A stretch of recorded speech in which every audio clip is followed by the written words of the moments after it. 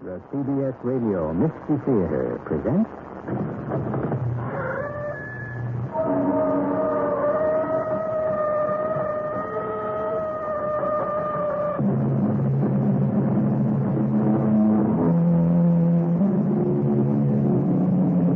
Come in. Welcome. I'm E.G. Marshall. Nemesis was the goddess of reckoning and retribution. At her hand, those who committed murder would suffer by the very destruction they had set into motion. At her hand, a killer was paid in his own coin. A crime that devised its own punishment is the theme of this extraordinary tale by Mr. Henry James that you're about to hear. A tale of Nemesis. Madame, you have lived a protected life. You have no idea of what goes on here at the waterfront. Are you a fisherman? A stevedore? Not anymore. I have better ways of making living. What is your name? I may have an undertaking for a strong man with no conscience. Will it pay well? Very well. Come to the docks anytime, day or night, and just ask for Emile. This Emile. They will find me.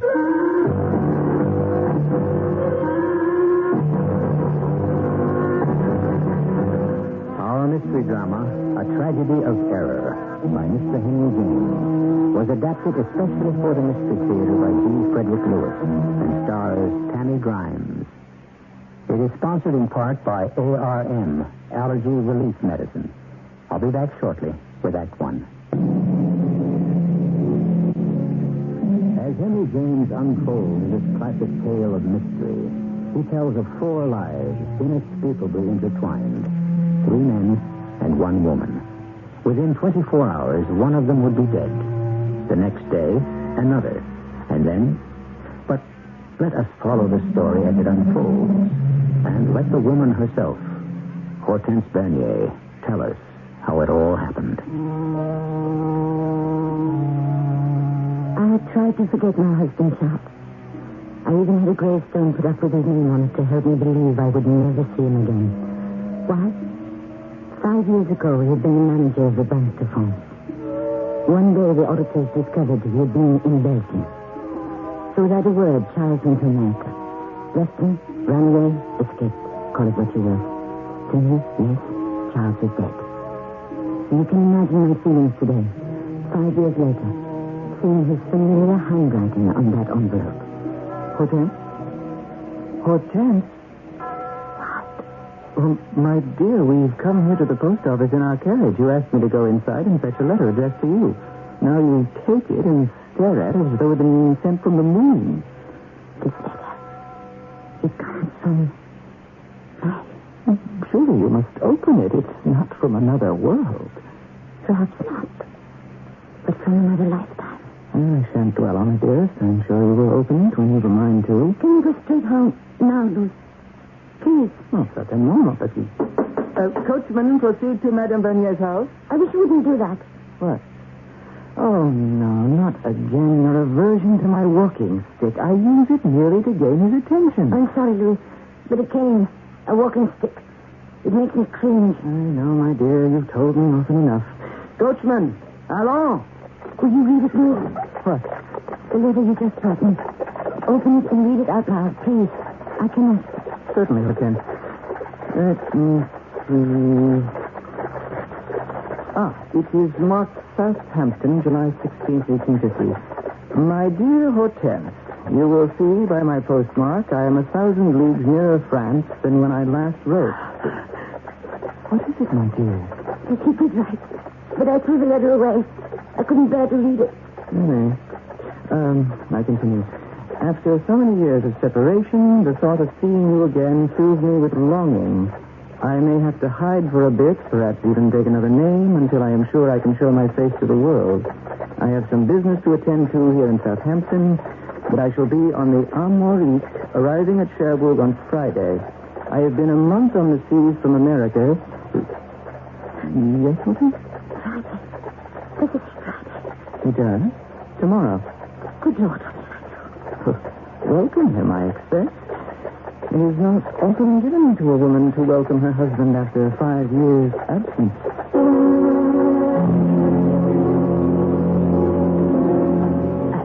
Louis, what am I to do about you, Randy? I know it is ridiculous to ask, but I shall ask it anyway. Do you still love your husband? Of course not. Then what problem is there? Because Charles doesn't know about us. Well, no more than we know what life he's been living for the past 5 years in America. It was cowardly for him to run away as he did, leaving you to pay off his criminal debts. I had no choice. A man in a position of trust embezzles $500,000, runs off to America to escape imprisonment, leaving you here alone without a word? You did have a choice. Wash your hands of him. But no, you, Hortense Beignet, sold your jewels, your property, everything but this tiny country house in Cherbourg to pay back the bank what he had stolen. Let it all pass. It is the present that strikes fear into my heart. Hortense, do not be afraid. Surely you know my devotion to you by now. You think generously. What better way to spend my inheritance but on the woman I love? I look at this dear watch you gave me, in its lovely case of pearls, and even this frightens me. The ticking of the minutes. My love, you must be calm. Your husband says he must hide, that he won't dare show his face. Charles will leave Cherbourg sooner than you think. I can hear him now, walking with that cane, that terrible limp of his. How I hate the sound of it. My darling, how I wish you could take it all a little more philosophically. I never told you, did I? How he would whip me with that cane. He beat you. Oh, I said he was a coward, but I had no idea. Hortense, do you know what the right thing would be for me to do? The right thing? I should be the one to meet him at that boat. Tell him face to face, Charles Beignet, you're a despicable coward. I love your wife. What are you going to do about it? You wouldn't. Oh, probably not. There are easier ways. Well, no matter. Tomorrow will come, and we shall see what we shall see. I sent Louis away, and although it was dark, I had to go out by myself. I needed to be alone, to breathe fresh air, to think. I went down to the quay of Cherbourg, where the poor sailors and fishermen live, work, and tie up their boats. Hello, little boy. Where are you going with that jug? Does it contain wine? Is it something for your supper? Why don't you answer me? He doesn't speak to you, madame, because he has no tongue.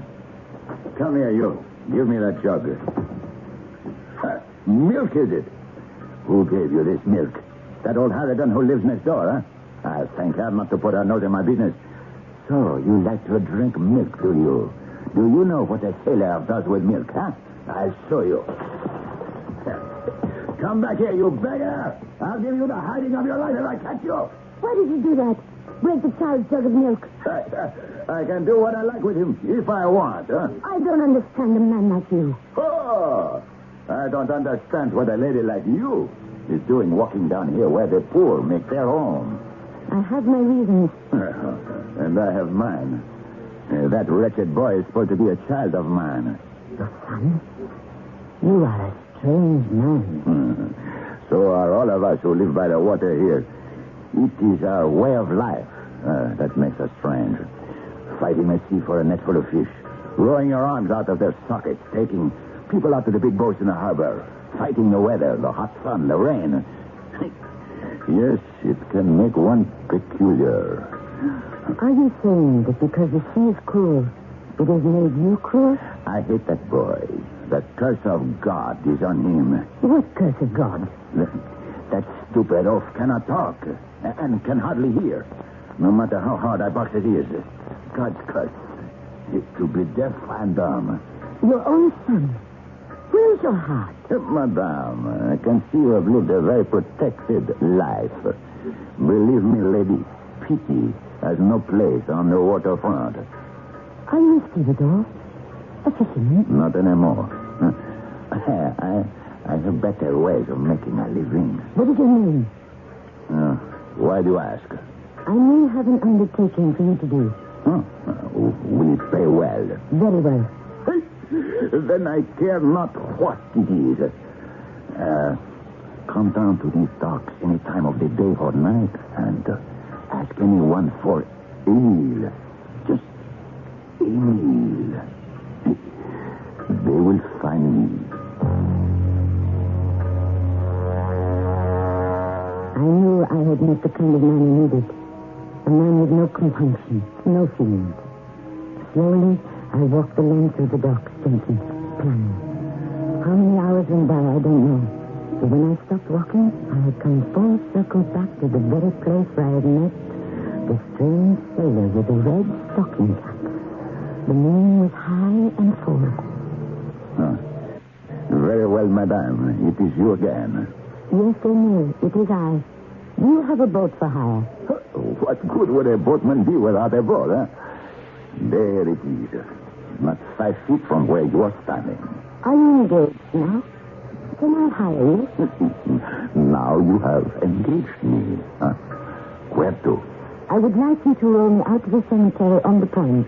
At your service, madame. When you wish to go? Now, immediately. The cemetery is closed at this hour. 25 francs? There'll be no one to see you climb over the gate, huh? Hop into the boat, huh? I'll hold the prow here. You make your way through the stern, huh? Careful now, so, straight across, my lady, huh? It is a fine evening, Emil. Cool for July. Suppose you row me out of the lighthouse and leave me at the point nearest the cemetery on our way back. A longer trip would mean more than 25 francs. Don't you think, madame? I think I may ask you to row me the whole night, and if I do, Emil, I shall give you 100 francs. Madame, for money, I will do anything.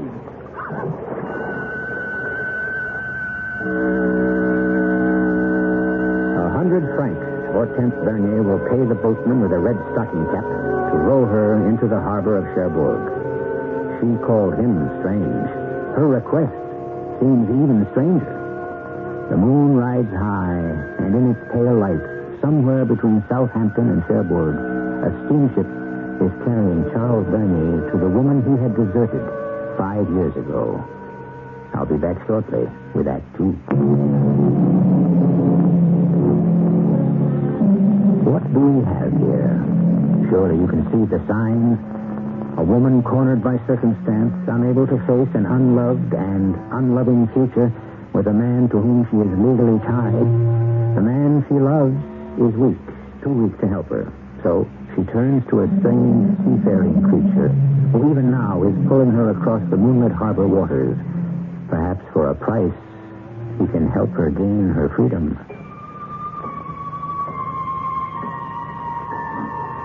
I looked carefully at the man rowing. He was about 40, sullen, his face and hands between bleak thoughts. His eyes appeared dead. Anything for money, he had said. I believed him. There are men in every hovering showboat like that. Men without conviction or conscience. Why do you stare at me like that, madame? I was wondering why you were rowing with such strength. You will tire yourself before long. The current is treacherous here. I must keep rowing until we are past it. You appear very strong. You should have seen me 20 years ago. Even 10. Before I met up with a she-devil. You know what I have eaten today, huh? Shall I tell you? Please do. A piece of black bread and a salt herring. Down to the tail. I wasted nothing. Except a jug full of milk. Why do you keep talking of that, huh? Why did you turn so against your own flesh and blood? Who says he is? No matter. I don't wish to talk of it. Money. That is what people like yourself have. Not those like me. Why don't you get some work that pays better? I do what I can. I have no choice. 50 casks rolled from the ship to the storehouse means 10 francs. It also means the possibility of a crushed hand or a dislocated shoulder. You know what it is, madame, to have no choice. Yes, I think I do. Here in Cherbourg, to lift and row with my arms is the only work I can do. Why don't you go to America? America? No, my lady. No leaps in the dark for Emil. But there are steamships now that sail from Cherbourg in the Havre to London, and then to New York, America. Well, you could work on such a boat and get yourself a free passage. You have it all planned, don't you? I have been to America already. You've been there? Huh? To Brazil, to Mexico, California, and the West Indies, and Asia, too. And China, and India. Life at sea is a dog's life. How so? The things I have seen, the mean tricks. We are nearing the cemetery point. You wish me to tie up the boat and wait for you, huh? Yes, please. So you have seen mean tricks. Not played any yourself? I gave what I got. I carried my knife with the best of them. Snap. It opened. I drew it just as quickly and plunged it just as deep. Let me see your knife. Here. A beauty, isn't she? And I have the scars. If you want a lady, I'll show you. On the other hand, you would find quite a few marks of my knife on a good dozen Spanish hides. I gave as good as I got. Is this it? Are we here? The loading dock of the cemetery. Yes, madame. I shall wait for you. Thank you. We were talking about that, and there it lies in front of us. I found my way to a familiar gravestone and stood beside it. It said Charles Beignet, and then the date. 5 years ago, when I returned to my little house in Sherbrooke, alone, I had the stone made because I wished that Charles lay under it. Why have you come back, Charles? I will not be able to bear the sound of the tapping of your cane. Ah! Madame, what is it? Nothing. My lady. Nothing. My lady. A graveyard at night is no place for the living. I think we should go back. No, wait. It was only I thought I saw something. Someone. But it's not. I can't say I like it here. Are you afraid, Emil, to sit with me on the grave? No, I'm not frightened. You have never put a man out of the world, then? Oh, yes. Are you horrified? In Spain, yes, but not here in France. In South America, in those countries, when a man makes life insupportable, what do you do? Oh, my dear. I suppose you kill him. You kill him. Madame, did you say 100 francs? It could be much, much more. Tell me, Emil. You find it hard to get along in the world. I can help you. What can you do? I will trust you and will reward you. Madame has a piece of work for me. Are you a bold man? Bold enough. To commit a crime? You wish disposed of?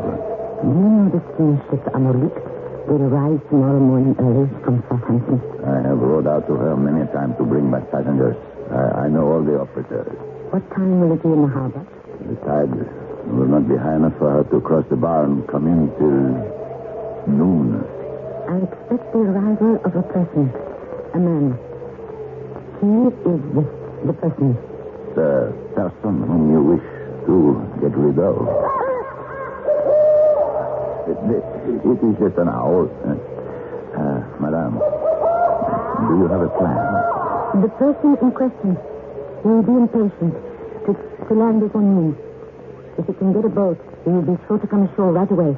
You mean my boat? Oh, Lord! Madame, don't cry. Don't cry. We will come to an understanding. You want me to finish him on the boat? He's an old man. No. My age. Yes. Capricci. That is not so easy. He could explain. He's lame. Never mind. A lame man. Good. It will serve me to let me know which passenger he is.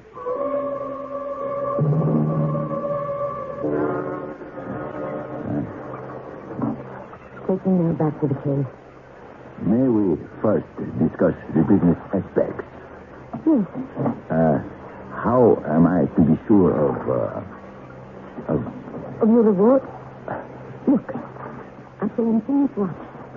It is a pledge of what I shall give you afterwards. There are 2,000 francs worth of pills in the case. No, I cannot take it. We must fix the amount you will pay me. You must tell me, yes. It will be a great deal of money. You are asking of me murder. Tell me how much. No, I leave it to you. I will accept whatever you propose. This is not my trade. No, mine. 25,000 francs? Agreed. One thing more, my lady. Your name? Madame Hortense Bernier. When I returned home, I found a letter under my door. It was from Louis. It said, I know what I must do. It is honorable. It is inevitable. Didn't you mean he would go aboard the Amérique to face up to Charles as he had threatened? Oh, no, not Louis. He was jesting. Besides, I know him. He will be sleeping late in the morning, as he always does. It was not until days later that I pieced together what must have happened. Officer, may I have a word with you? Certainly, sir. What may I do? My card. I am Louis de Marot. I've just been brought to the Amérique from the case. Is there a Monsieur Charles Bernier on board? Bernier? Yes. Good. I wonder if you could direct me where I might find him. Oh, I think he has already gone ashore, monsieur. There was a boatman inquiring after him a few moments ago. I think he carried him off. Too late. And my boat has gone back already. Oh, I shouldn't worry, sir. There'll be other boats arriving from shore. And many of our passengers don't like to be so clearly in sight of land and have to wait until the Amérique crosses the bar in the afternoon. Looking down at the water from the deck here, I see a boat moored to the ladder on the stern. Is that a town boat? Yes, it is. Do you know where the boatman is? Oh, he'll be along. Why don't you let yourself down this ladder and wait in the boat for him? Splendid. I wonder if you could do me a favor, monsieur. I have a portmanteau which I should like to have taken ashore this morning. Could you take it with you and give it to the harbor master? Why not? At least my trip here this morning will not have been entirely useless. I do appreciate it. You let yourself down the ladder, and I'll lower the portmanteau to you by rope. All right, officer, send it down. Here it comes, sir. Oh, I believe I left my walking stick on the deck. Would you send that along also? I'll give it to the boatman here. You'll bring it down. Got the portmanteau? Yes. It made a safe landing. I'll untie it. Good morning, sir. Glad to see you. Here is your cane. Oh, I was going to ask you if this was your boat. I can see it is. Yes, sir. At your service. Officer, pull up the rope, huh? Can you row me ashore? Where to? To Madame Bernier's at the end of the quay. Certainly, sir. You're just the gentleman I want. 8 o'clock in the morning, 9 o'clock, 10. Anxiously I waited. Would there be a noise? Would I hear a struggle out there in the harbor? Would somebody see? It was broad daylight. I couldn't stop myself from shivering. And then I saw a figure walking up from the new quay. He waved something. It was a man. He came closer. Hortense? Hortense? Is it you? He waved again. With a cane in his hand. A cane. The man moved close, limping. But Charles.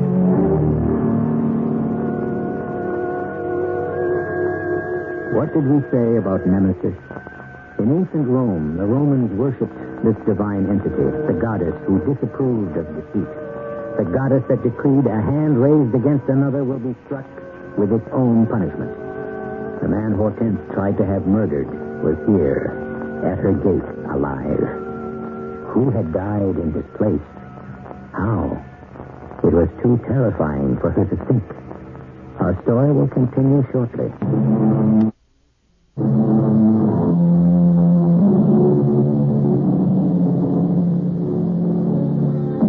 Before we begin Act 3, a word about the great and prolific author Henry James.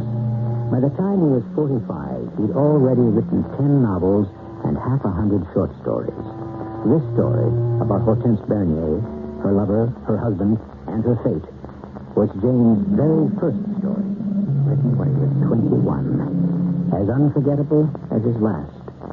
Now, to our reunited couple, Charles and Hortense. I can't remember. Does it often get so chilly on a July night? I'm glad you need the fire, Hortense. I felt very cold myself, Charles. It must be 9 o'clock, my dear. The familiar and restful sounds of France. I miss them. I love them. You must be tired, Charles, after that long sea journey. 5 years. It's hard to believe, eh? 5 long years. I must say, my dear, you have not aged 1 minute. In fact, you are lovelier than I remembered you. What say you? You know I'm so for my dear wife. After all, you don't receive compliments like that every day. I seem much older than the morning long ago when I awoke and you were gone. My dear child, you're not going to bring up the past again, are you? Are you? Oh, Charles, there is no use in pretending. Pretending? What are you talking about? It doesn't matter. Right you are. What matters is the peace and comforts of home and another glass of cognac. And me my cane, will you, my dear? I'm very fond of the cognac you have provided. In America, they don't know what you're talking about. Charles, it has been a long day for me. If you'll excuse me, I would like to retire. Huh? Retire? Without me? But I haven't finished my glass. I've made up a bed for you in a little room off the library. You have put me into a separate bed? My dear, you're joking. Let us understand one another. I may be your wife in the sight of the law, but that is all. In the sight of God also. Come now. I am your husband. And as such, I have rights. Charles, please, do not be difficult. You're choosing to go to bed with me. Charles, please. Cognac is frightful. It is not the only thing I shall break if I find a bad taste in my mouth. My dear, in the past, if I remember, when you were, shall we say, obstinate, I was obliged, if you remember, to admonish you with my cane. Charles, no, Charles. Why are you backing away from me? Put it down, please. Put the cane down. Hortense, come here.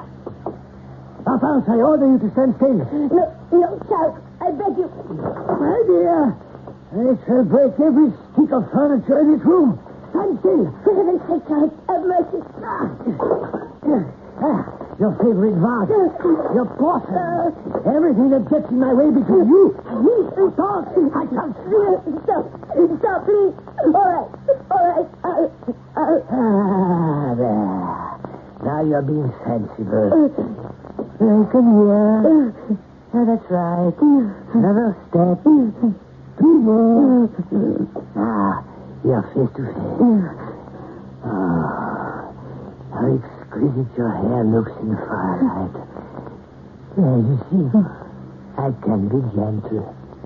To show you that I trust you, I shall throw down my cane. You see? Here we are, husband and wife, standing beside the warm fire. I shall put my arms about you. Now you kiss me. Yes. Oh, your sweet softness. Oh, yes. I'm falling. Oh, my head. I'm bleeding. Blood on my eyes. I can't see. Help me up. My foot is doubled up under me. Hortense, help me. Help. Oh, my head. Everything is swinging. My head. I pushed him from me and he had fallen in front of the fire. I couldn't bear to stay in his sight another moment. I ran upstairs and got my cloak. Of course. Help me. I put my hands over my ears and shut from my mind the sight of all that blood in the stone house. Somehow I ran from the house. And the next thing I knew I was inside the tool shed, shutting the door behind me. All night I sat there, in terror. In the morning, as though in a nightmare, I found myself walking towards the quayside. I could see a crowd on the beach. What were they looking at? Move along there. There's nothing for you to see, only a body that's been washed ashore. Oh, Madame, I would not look over there if I were you. I told you, Madame, not to look. A drowned man is not a pretty sight.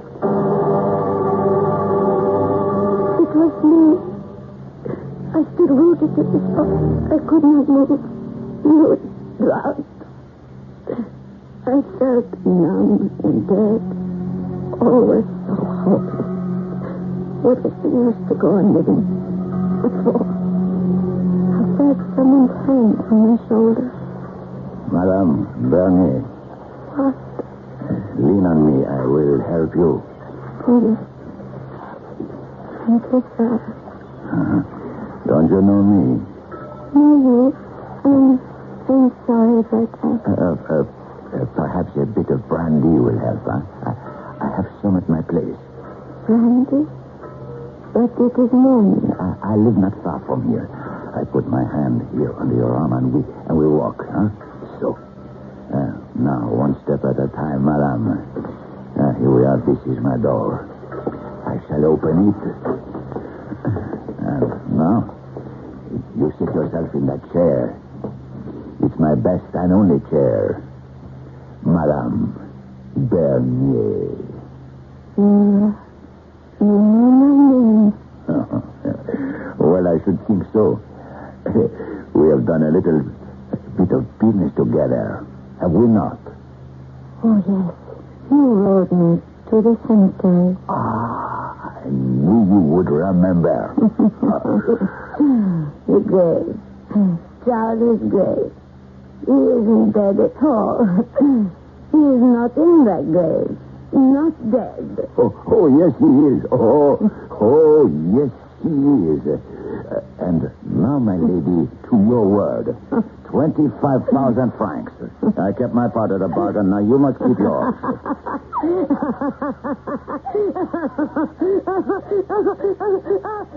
You killed the wrong man. Huh? What do you mean? That man, that body on the beach, it is not Charles. You did not drown Charles. Oh, no. Charles is dead. It was I who have killed him. Madame Bernier. It is you who should pay me. I left him to bleed to death in my house. I warn you, this is not time to play tricks on an old wise sailor. As we agreed, I rowed out to the steamship, and I brought back the man you described. A man of my age, with a portmanteau, a traveler, a man with a cane. The right man. I tell you, no. You killed the wrong man. I'm going. I wouldn't leave if I were you. Not until you acknowledge your part of the bargain. Your face, my lady, is too pretty for the blade of my knife. The knife. Not so close to me. No. Oh, well, would you care to feel the sharpness, eh? See? I barely touch your neck. And it leaves a red mark, huh? 25,000 francs. I shall give you all day, Madame Bernier. And when the sun is setting, I shall expect to find you in my boat. Your handbag filled with francs. What could I do? Where could I turn? It isn't the money that was in the house. But I didn't dare go and fetch it. The house was there. I was dead or dying in front of the fireplace. What was left of me? I couldn't run away or hide or start my life again. And then it came to me. I'd be frightened. I had nothing left to live for. I would keep her only breathing me and pray she would cut my throat. But it would be peace and then the misery of an unbearable life. At dusk, I sat in the rowboat and waited. Miserable creature! Get away from me, child. I don't want you here. Go somewhere else, huh? He was beating that poor little deaf and dumb child again. I could hear him. Get away from here. I'll break every bone in your body. Get away from my boat, boy. I don't want you in my boat. Here, quick, get the boy from here. Get behind me. Madame, I ask you to move aside. I am not going to teach that ugly child a lesson. He's done nothing to you. Stop, Emil. Put that oar down. I have told that child to leave me alone, to go live somewhere else. I have warned him again and again. Let go of this oar, madame. I won't. Now you've made me drop it. You shan't have it. Give that back to me. One step closer to that child, and I... And you'll...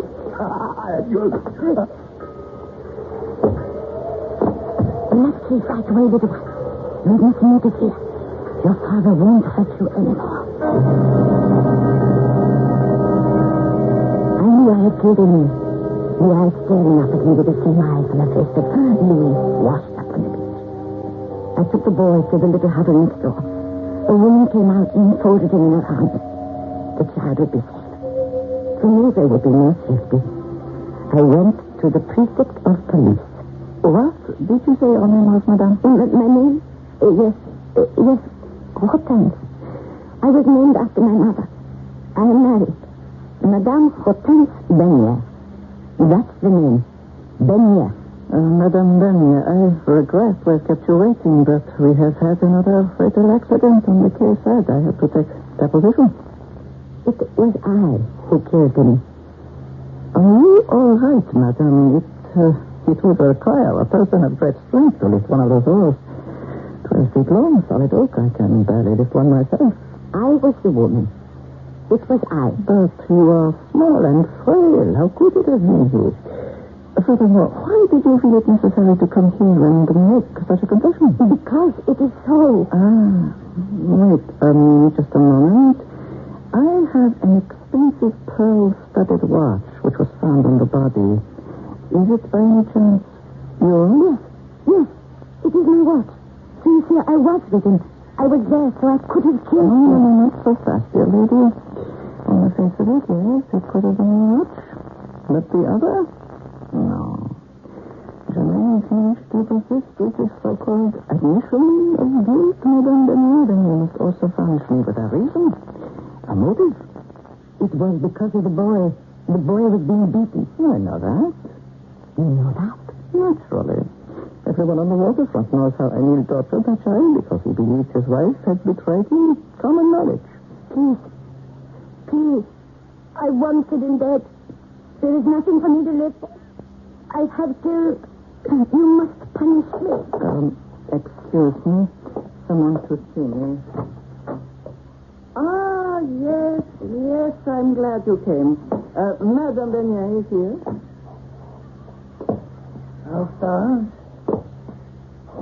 Hortense, dear. I have come to take you home.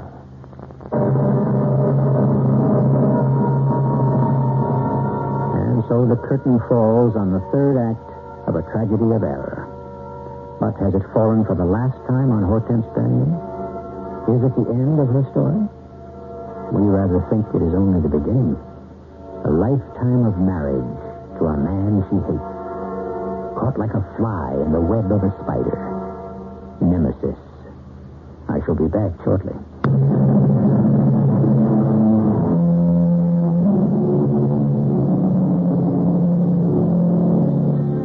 Putting it simply, an eye for an eye, a tooth for a tooth, blow for blow, cat and mouse, the hunter and the hunted, vengeance and revenge. These are some of the themes on which Henry James built a career of extraordinary fiction. Although more than 100 years separate his generation from ours, what you have just heard was the very beginning of the modern psychological novel. Our cast included Tammy Grimes, Robert Dryden, Fred Gwynn, and Russell Horton. The entire production was under the direction of Hyman Brown. And now, a preview of our next tale. Who are you anyway, huh? Well, I'm just Elmer Potts, like I told you. But I've been delegated, and that means you have to go. Delegated by whom? Well, directly only by my controller, but he acts on orders of the supervisor, the man himself. But that isn't the way it works. It's death that comes to take people away. Well, that's what I thought, too, before I made my crossing. But, well, you can see now, like I can see, that was only in olden times. there are too many people kicking off now for one person to handle the whole thing, so that's just like one of the dirty jobs you get handed when you're new over there. Jobs? Sure. Now, come on, we got to get a move on. I am not going with you. You've got to go with me. You're dead. Mrs. E.G. Marshall inviting you to return to our Mystery Theater for another adventure in the macabre. Until next